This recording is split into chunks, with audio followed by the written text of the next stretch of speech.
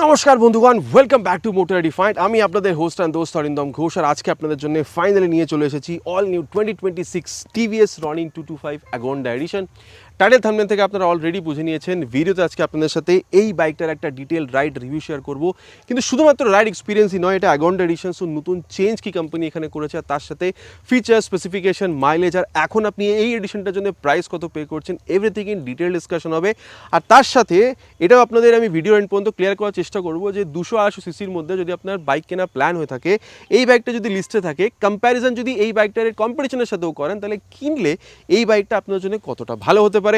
Are very special thanks to Rahul TVS Krishnanagar for providing me this bike, যাতে আমি আপনাদের পর্যন্ত এই রিভিউটা পৌঁছে দিতে পারি। ওয়েস্ট বেঙ্গলে কৃষ্ণনগর বাসে এতে যদি আপনি থাকেন, কোনো রকমের যদি আপনি এখানে টিভিএসের প্রোডাক্ট কিনতে চান, শোরুমকে আপনি ডেফিনেটলি কন্ট্যাক্ট করতে পারেন। ডিটেলসটা অলরেডি আপনারা নিজেদের স্ক্রিনে দেখে নিয়েছেন। তবে চলুন দেরি না করে শুরু করা যাক। তো বন্ধুগণ, রাইডে যাওয়ার আগে ওয়াক অ্যারাউন্ড দিয়ে এখানে রিভিউটা শুরু করবো। আর আপনি কিটা দেখুন, যথেষ্ট ভারী একটা কি, টি শেপের একটা লোগোর সাথে আপনি দেখতে পাচ্ছেন এখানে আছে। আর এই যে এখানে এখানে ওয়েভ কি কিন্তু কোনো রকমের চেঞ্জ হয়নি, তবে এটা অ্যাগন্ডা এডিশন, তো চেঞ্জ কি হয়েছে দেখুন। যদি আপনি বেস মডেলে যদি আপনার মনে থাকে, তাহলে কিন্তু দুটো কালার ছিল, অল ব্ল্যাক তারপরে রেড। এখানেও কিন্তু অল ব্ল্যাক ব্যাপারটা আছে, seat, side panel, muffler cover, তারপরে বলতে পারেন টায়ার হাগার, তারপরে এখানে মাড গার্ড, এখানে যদি আপনি হুইল দেখেন সব কিছু ব্ল্যাক। কিন্তু শুধুমাত্র এখানে অ্যাগন্ডা এডিশন হিসেবে এখানে যদি দেখেন, এই হেডল্যাম্পটাকে এখানে হোয়াইট করে দেওয়া হয়েছে। তারপরে যেহেতু এই কোলাবোরেশন আছে বিএমডাব্লিউর সাথে, ওই বিএমডাব্লিউর কালারের টাচ আপনি একটু পেয়েছেন এখানে। এই যে 5টা এখানে স্ট্রিপ দিয়ে দেওয়া হয়েছে, এগুলো স্টিকারিং বলতে পারেন। তারপরে এখানে অ্যাগন্ডা, এটাও কিন্তু অ্যাজ আ স্টিকারিং এখানে এসছে। সো এইটাতে চেঞ্জ হবে না, এইটা কিন্তু আপনি ম্যাট হোয়াইট কালার পাচ্ছেন। এবার হ্যাঁ, এটা কিন্তু যদি আপনি সাফ সুতরা না দেখেন, তাহলে কিন্তু নোংরা হওয়ার চান্স বেশি, ঠিক আছে। কিন্তু হ্যাঁ, এখানে এটা ম্যাট কালার হলেও একটু শাইন কিন্তু ব্যাপারটাতে আছে। সো এই কালারটার জন্যে বলতে পারেন 5 থেকে 6 হাজার টাকা পর্যন্ত কিন্তু আপনি এর বেস মডেল থেকে এখন বেশি পে করছেন। আর অনেক লোকে বলছে যে এটা ডুয়াল চ্যানেল এবিএস এসছেন, না, সিঙ্গেল চ্যানেল এবিএসই আছে। এবার কি পাচ্ছেন সেটা ব্যাপারে আপনাদেরকে একবার আমি বলে দিই। ফ্রন্টে যে অন করছেন টি শেপের বলতে পারেন ডিআরএলটা জ্বলছে। তারপরে এখানে আগেও হ্যাজার্ড ছিল এলইডি টার্ন ইন্ডিকেটারের সাথে, এটাতে কোনো চেঞ্জ হয়নি। 41mm এর ইউএসডি ফোক শোয়ার, এটাও আগের মতন আছে, সুন্দর বলতে পারেন। একটা তাগড়া মাডগার্ড সামনে পেয়ে যাবেন। 110/70 সেকশনের tyre with 17 inches of diamond cut alloy wheel, এটাও কিন্তু আপনারা আগের মতনই পাবেন। আর তারপরে এখানে সিঙ্গেল চ্যানেল এবিএস আছে, ডুয়াল চ্যানেল নেই, অলরেডি আপনাদেরকে কিন্তু এখানে বলেছি। তার সাথে এখানে 300mm এর বলতে পারেন ডিস্ক আছে। আর এবিএস রিংটা তো দেখতেই পাচ্ছেন। এক্সেসরে যদি দেখেন ইউএসডি আছে, কিন্তু যদি টাফেস্ট কম্পিউটার হান্টার দেখেন, তাহলে কিন্তু ওখানে ইউএসডি নেই। যদিও বা যদি আপনি হান্টারের সাথে টায়ার কম্পেয়ার করেন, তাহলে কিন্তু সিমিলার। কিন্তু যদি এক্সেসরে দেখেন, ওখানে 100 সেকশনের আছে, সো এখানে একটু চওড়া আছে। এক্সেসরে যদি দেখেন একটু ছোটো বলতে পারেন, ডিস সাইজ 282, কিন্তু যদি এবার হান্টারে যান, তাহলে কিন্তু সিমিলার ব্রেক সেটআপ আপনারা পেয়ে যাবেন। এবার ওভারঅল এখানে কীরকম কী এখানে আপনারা ওভারঅল ফিলটা পাবেন, চালানোর সময় এটার ব্যাপারে কথা বলবো। কিন্তু হ্যাঁ, যদি আপনি দেখেন এখানে এই ক্র্যাশ গার্ড বা এখানে যদি এই ইঞ্জিন কাউলটা দেখেন, এখানে কিন্তু যথেষ্ট ভালো কোয়ালিটির পাচ্ছেন, যদিও এটা ফাইবারের। কিন্তু হ্যাঁ, যদি ইঞ্জিনটা দেখেন আগের মতনই আছে, কমপ্লিটলি ব্ল্যাক, শুধুমাত্র ওই ফিনের ওপরের এই পোর্শনটা বাদ দিয়ে বলতে পারেন 225.9 cc single cylinder SOHC 4 valve air oil cool filter engine আপনারা পাবেন। অয়েল কুলিংয়ের সেটআপটা এখানে আছে। পাওয়ার ফিগার আগের মতনই আছে, বলতে পারেন এখানে 20.4 PS পাওয়ার, 19.93 নিউটন টর্কের সাথে। দেখুন, glad traffic technology for better mileage, তারপরে স্লিপ অ্যাসিস্ট ক্লাচ এখানে আপনারা পাবো।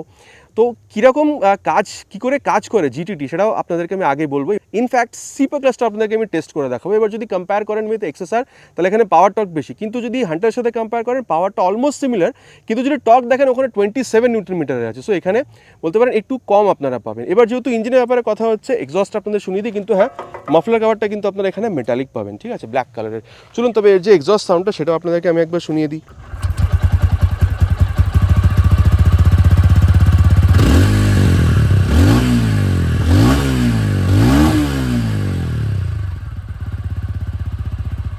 কীরকম লাগলো এক্সস্ট সাউন্ডটা নিচে কিন্তু কমেন্ট করে জানাতে প্লিজ ভুলবেন না। আর এখানে মিড পোর্শনটাও বলতে পারেন যথেষ্ট তাগড়া, বলতে পারেন রনিনের এখানে 3D লোগোর সাথে পাচ্ছেন। আর রিয়ার পোর্শনটা যদি দেখেন, টেল ল্যাম্প কিছুদিন আগে আপডেট হয়েছিল এখানে, এই বলতে পারেন মাডগার্ডটা, আর ফ্রন্টের মতন রিয়ারেও এলইডি টার্ন ইন্ডিকেটার, ঠিক আছে। তারপর এখানে রিফ্লেক্টার, এই নাম্বার প্লেট লাগানোর জায়গা, এগুলো আগের মতনই আছে, কোনো চেঞ্জ হয়নি। কিছুদিন আগে এই আপডেটটা আমরা পেয়েছিলাম এই টায়ার হাগারে। তারপরে একটা জিনিস বলতে ভুলে যাচ্ছিলাম, ফ্রন্ট হোক বা রিয়ার টায়ারে কিন্তু এরকম একটা ট্রেড প্যাটার্ন আছে। সো যদি আপনি একটু অফ রোডিং করতে চান, তাহলেও কিন্তু করতে পারেন। কিন্তু 130 সেকশনের টায়ার আপনারা পাচ্ছেন, 130/70 সেকশনের tyre with 17 inches of diamond cut alloy wheel. এদিকে যদি এক্সএসআর বা যদি আপনি হান্টারে যান, ওখানে কিন্তু আবার বলতে পারেন যে 140 সেকশনের টায়ার আছে। ইনফ্যাক্ট যদি আপনি স্পেশালি এক্সেসারেও দেখেন তাহলেও কিন্তু ওখানেও আপনারা রেডিয়াল টায়ার পান। সো এখানে কিন্তু দুটো টায়ারই রেডিয়াল নয়, অ্যাটলিস্ট রিয়ার টায়ারটা রেডিয়াল হওয়া উচিত ছিল কিনা সেটা আপনারা কমেন্ট করে নিচে জানাবেন। 240 mm ডিস্ক পাচ্ছেন, এক্সেসারে বলতে পারেন 220 mm আছে, কিন্তু যদি আবার হান্টারে যান 270 mm আছে। এবার আপনার কি মনে হয়? সো এটা আপনাদেরকে বলে দিলাম আবার ব্রেকিং। যদি আপনি সাসপেনশন দেখেন এখানে সিঙ্গেল বলতে পারেন বা এখানে মনোশক আছে বলতে পারেন, কিন্তু হ্যাঁ হান্টারে যদি দেখেন ডুয়াল হাইড্রোলিক আছে, আর এক্সেসারে কিন্তু আবার সিঙ্গেল বলতে পারেন বা মনোশক স্প্রিং আপনি দেখতে পারেন, মনোশক সাসপেনশন। এখানে দেখতে পাচ্ছেন সারি গার্ড আছে, ওপেন চেন সিস্টেম, ঠিক আছে, main stand, side stand with side stand cut off sensor and 5-speed gear box, 1 down 4 up. এটা আমরা আগে চালানোর সময় টেস্ট করে দেখবো। সিটটা বলতে পারেন স্ট্রেট সিট আছে, সুন্দর বলতে পারেন ধরে একটা বসার জন্য তাগড়া এখানে একটা গ্র্যাব হ্যান্ডেল আপনারা পেয়ে যাবেন। Seat height 795 mm, almost similar to what you get in Hunter, কিন্তু এক্সেসারে আবার সিট হাইটটা বেশি। সো আপনার হাইট যদি এখানে 5'4" পর্যন্ত হয়ে থাকে, বাইকটাকে আপনি চালাতে পারবেন, অসুবিধা আপনাদের হবে না। আর ট্যাঙ্কটা এখানে 14 লিটারের মেটালিক পাচ্ছেন, মোটামুটি মাইলেজ 35 পর্যন্ত ধরুন, 35 থেকে 40, কিন্তু হ্যাঁ 35ই ধরে রাখুন। আর তারপরে এখানে যদি আপনি এক্সেসারে দেখেন 10 লিটারের আছে, আর হান্টারে কিন্তু 13 লিটারের ট্যাঙ্ক আছে। সো এখানে সব থেকে বেশি আছে। গ্রাউন্ড ক্লিয়ারেন্স 181, এটাও কিন্তু আপনি সব থেকে বেশি এখানে পাবেন। আর তারপরে ওয়েট যদি দেখেন বলতে পারেন এখানে 100 বলতে পারেন 59 থেকে 160 ধরুন, আর কিন্তু যদি আপনি এক্সআরে যান 137 আছে, কিন্তু আবার হান্টারে গেলে 21 কিলোগ্রাম বেশি, ওখানে 181 কিলোগ্রাম আছে। সো এটা ছিল অ্যাবাউট বলতে পারেন Hunter, XSR and weight of this Agonda edition of TVS Ronin 225। এবার যদি দেখেন pass light, high beam, low beam, turn signal আর হর্ন ঠিকঠাক, খুব বেশি লাউড বলবো না, কিল সুইচ, স্টার্ট সুইচ, দুটো মোড আছে আরবান বা রেন, যাতে বলতে পারেন এবিএসটা ক্যালিব্রেট হয়, এখানে স্পিডের সাথে কোনো তফাৎ হবে না। এই হ্যাজার্ড ল্যাম্পটাকে অন অফ করার সুইচটা আপনি পেয়ে গেলেন এখানে, নিচে হচ্ছে ইঞ্জিন অন করার সুইচ, এক্সস্ট সাউন্ডটা অলরেডি আপনাদের শুনিয়েছি। আর এখানে কিন্তু এখনও পর্যন্ত মিডে আসেনি, এই বলতে পারেন অফসেটে এখানে এই যে হেডল্যাম্পটাকে সেটা রাখা হয়েছে। আর তারপরে এটাকে অফ করে একবার অন করি, completely digital, turn button navigation, call, SMS alert, এগুলো আপনারা এখানে যেহেতু ব্লুটুথ নেই সেজন্য পাবেন না। স্পিডোমিটার, ঠিক আছে, এখানে ওডোমিটার, তারপরে বলতে পারেন স্পিডোমিটার, ওডোমিটার, তারপরে এখানে RPM বা ট্যাকোমিটারটা পেয়ে আছেন, গিয়ার পজিশন সেন্সার এগুলো আছে। তারপরে মোড বাটনটা ইউজ করলে ওডোমিটারের পরে ট্রিপ বি আর ডিস্টেন্স টু এমটি, এই জিনিসটা আপনারা পেয়ে যাবেন। আর রিয়ার ভিউ মিরর কত ভালো রিয়ার ভিউ দিচ্ছে এটা কিন্তু আগে আমরা চালানোর সময় দেখবো। তবে বাইকটাতে মোটামুটি কি আছে আর কম্পিটিশনের সাথে কম্পেয়ার করলে এখানে কী কী জিনিসপত্র পাচ্ছেন সব কিছু বলে দিয়েছি। আর প্রাইসটা অলরেডি বলেছি, আগের থেকে এখানে 5 থেকে 6 হাজার টাকা বেড়েছে। আগে যেটা আপনারা এখানে 1,55,000 টাকা থেকে 56,000 টাকা পে করতেন, এখন মোটামুটি 1,60,000 থেকে 61,000 পে করছেন।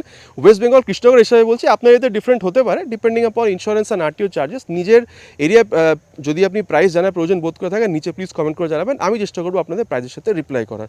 তবে চলুন যাওয়া যাক রাইডে, আর দেখি রাইড এক্সপিরিয়েন্স এই বাইকটার সাথে কীরকম হতে পারে। তো বন্ধুগণ, এবার রাইড ভিউটা শুরু করি of this new 2026 TVS Ronin 225 আগন্ডা এডিশনে। দেখুন সিট হাইট অলরেডি আপনাদের বলেছি 795 mm, সো হাইট যদি 5'4" পর্যন্ত হয়ে থাকে তাহলে আপনি বাইকটাকে আরামসে চেপে বসতে পারবেন, ইউজ করতে পারবেন, খুব একটা অসুবিধা আপনাদের হবে না। আর তারপরে দেখুন ফ্রন্ট ফিটেড ফুটপেগ, আর আপনি অলমোস্ট আপরাইট বসছেন, হ্যান্ডেল বারটা উঁচু মানে চওড়া বলতে পারেন। সো যথেষ্ট কমফোর্টেবল একটা পজিশন, মানে দেখুন সিটটাও যথেষ্ট বলতে পারেন কমফোর্টেবল, খুব বেশি সফট না, হার্ড না, কিন্তু স্পেস আপনার জন্য ঠিক আছে। এবার আপনার পেছনে যদি হেলদি কেউ বসে তাহলে হয়তো সিটটা একটু ছোটো মনে হতে পারে, কিন্তু যদি নর্মাল বলতে পারেন ওয়েটের কোনো যদি কেউ মহিলা বা যদি কেউ জেন্টস বসে তাহলে খুব একটা অসুবিধা হবে না। মানে দুজনেই হেলদি হলে হবে না, একজনকে একটু হালকা পাতলা, একজন একটু হেলদি হলে অসুবিধা আপনাদের খুব একটা হবে না, ঠিক আছে। আর চলুন তবে এবার এটা বাইকটাকে স্টার্ট করা যাক, আর কথা না বাড়িয়ে ফার্স্ট গিয়ার, সেকেন্ড গিয়ার, আর দেখুন আমি এখানে আরবান মোডেই করে রেখেছি থার্ড গিয়ার। দেখুন ইনিশিয়ালি টানতে ইনফ্যাক্ট আপনি যদি এটাকে প্লেনের সাথেও বসে চালান আমার মনে হয় না আপনাদের খুব একটা অসুবিধা এখানে হবে। সো ইনিশিয়ালি টানতে কিন্তু বাইকটা যথেষ্ট ভালো, পাওয়ার টর্কে কোনো রকমের কমি বা ল্যাগ ওই জিনিসগুলো কিন্তু আপনাদের এখানে ফিল হবে না। আর স্লিপ অ্যান্ড অ্যাসিস্ট ক্লাচ আছে, যার জন্য বলতে পারেন ক্লাচটা খুব বেশি সফট বলবো না, কিন্তু সফট, হার্ডও নয়। আর গিয়ার শিফটিং যদি দেখেন আপ শিফট বা ডাউন শিফট একটা হালকা একটা এফোর্টের সাথে কিন্তু আপ বা ডাউন শিফট আরামসে হয়ে যাচ্ছে, সেটাতেও কিন্তু আপনাদের এখানে খুব একটা প্রবলেম কিন্তু ফিল হবে না। আর স্লিপার ক্লাচ এখানে আছে। চলুন তবে বাইকটাকে একটু জোরে টানা যাক, তারপরে ক্লাচগুলো মানে গিয়ারগুলোকে আমরা ডাউন করে দেখবো। মোটামুটি দেখুন 70-এ চলে গেছি, 4 থেকে 3-তে চলে আসলাম, ক্লাচ ছেড়ে দিয়েছি, 3 থেকে 2-তে চলে আসলাম, ক্লাচটা কিন্তু আবার ছেড়ে দিয়েছিলাম, ঠিক আছে। কিন্তু দেখুন RPM তো ডেফিনেটলি বেড়েছে, কিন্তু তার জন্য কি রিয়ার টায়ারটা লক বা স্লিপ এরকম কি কিছু হয়েছে? না, হয়নি।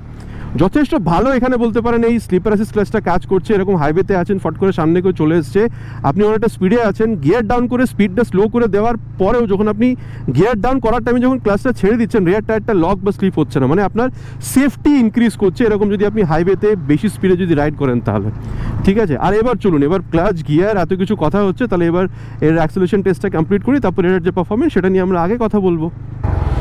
Already on first gear, we'll start the acceleration test with 3 horns.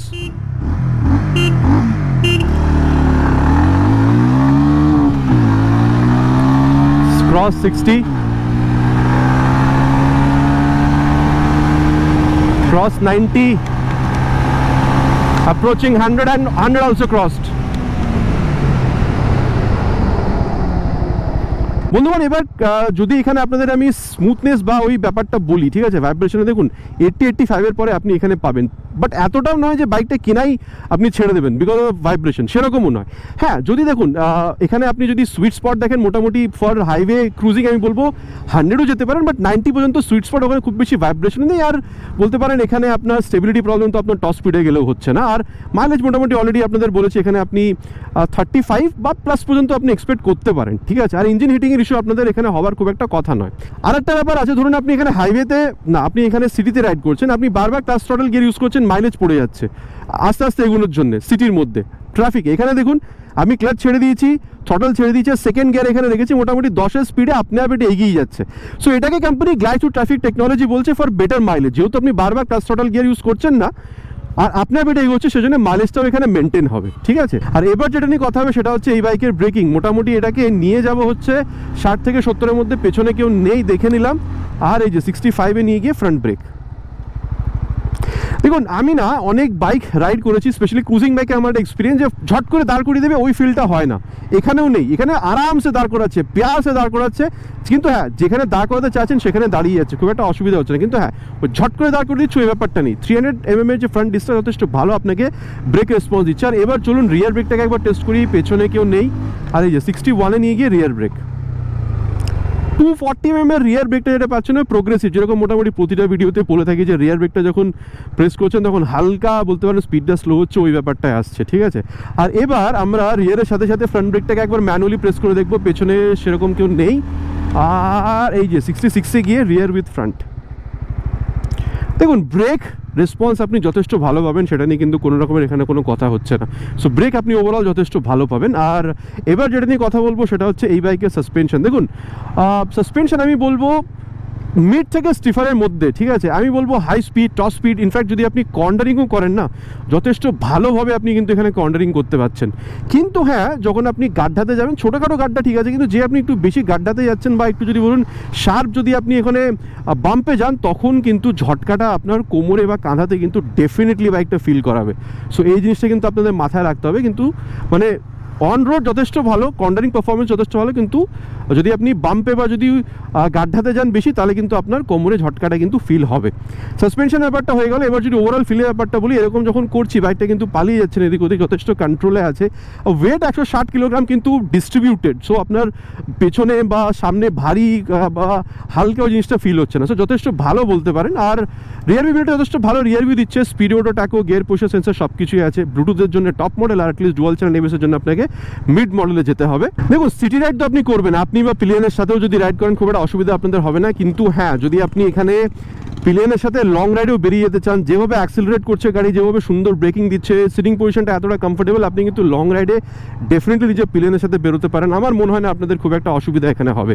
তবে দেখুন বাইকটাতে কি আছে না আছে, রাইডে ফিলটা বলে দিয়েছি, কি চেঞ্জ হয়েছে সব কিছু বলা হয়ে গেছে। চলুন তবে যাওয়া যাক ব্যাক টু কনক্লুশনে, তারপর ওখানে গিয়ে কথা বলবো যে এই বাইকটাকে যদি এই কম্পিটিশনের সাথেও যদি কম্পেয়ার করে দেখেন, তাহলে কেনা বাইকটা আপনাদের জন্য কতটা ভালো হতে পারে। তবে বন্ধুগণ, এবার কনক্লুশনের ব্যাপারটা কথা বলা যাক। দেখুন আমার মনে হয় যদি আপনি হান্টারের তুলনায় দেখেন, ওখানে কিন্তু বেস মডেলটাও যেখানে স্পোক ফিল আছে 1,63,000, ওই বাইকটা কিন্তু খুব একটা মানে লোকজন কেনে না। কেনে হচ্ছে যেখানে আপনি অ্যালয় হুইল পান মোটামুটি 1,93,000 টাকা প্রাইস। সো এখান থেকে মোটামুটি ধরুন 30,000 বেশি পে করছেন। হ্যাঁ, যদি আপনি এর টপ মডেলে যান উইথ ডুয়াল চ্যানেল, সেখানে আপনি মোটামুটি 1,90,95,000 পে করবেন, সেটা কথা না, আমি এখন এটার সাথে কম্প্যারিজন করছি।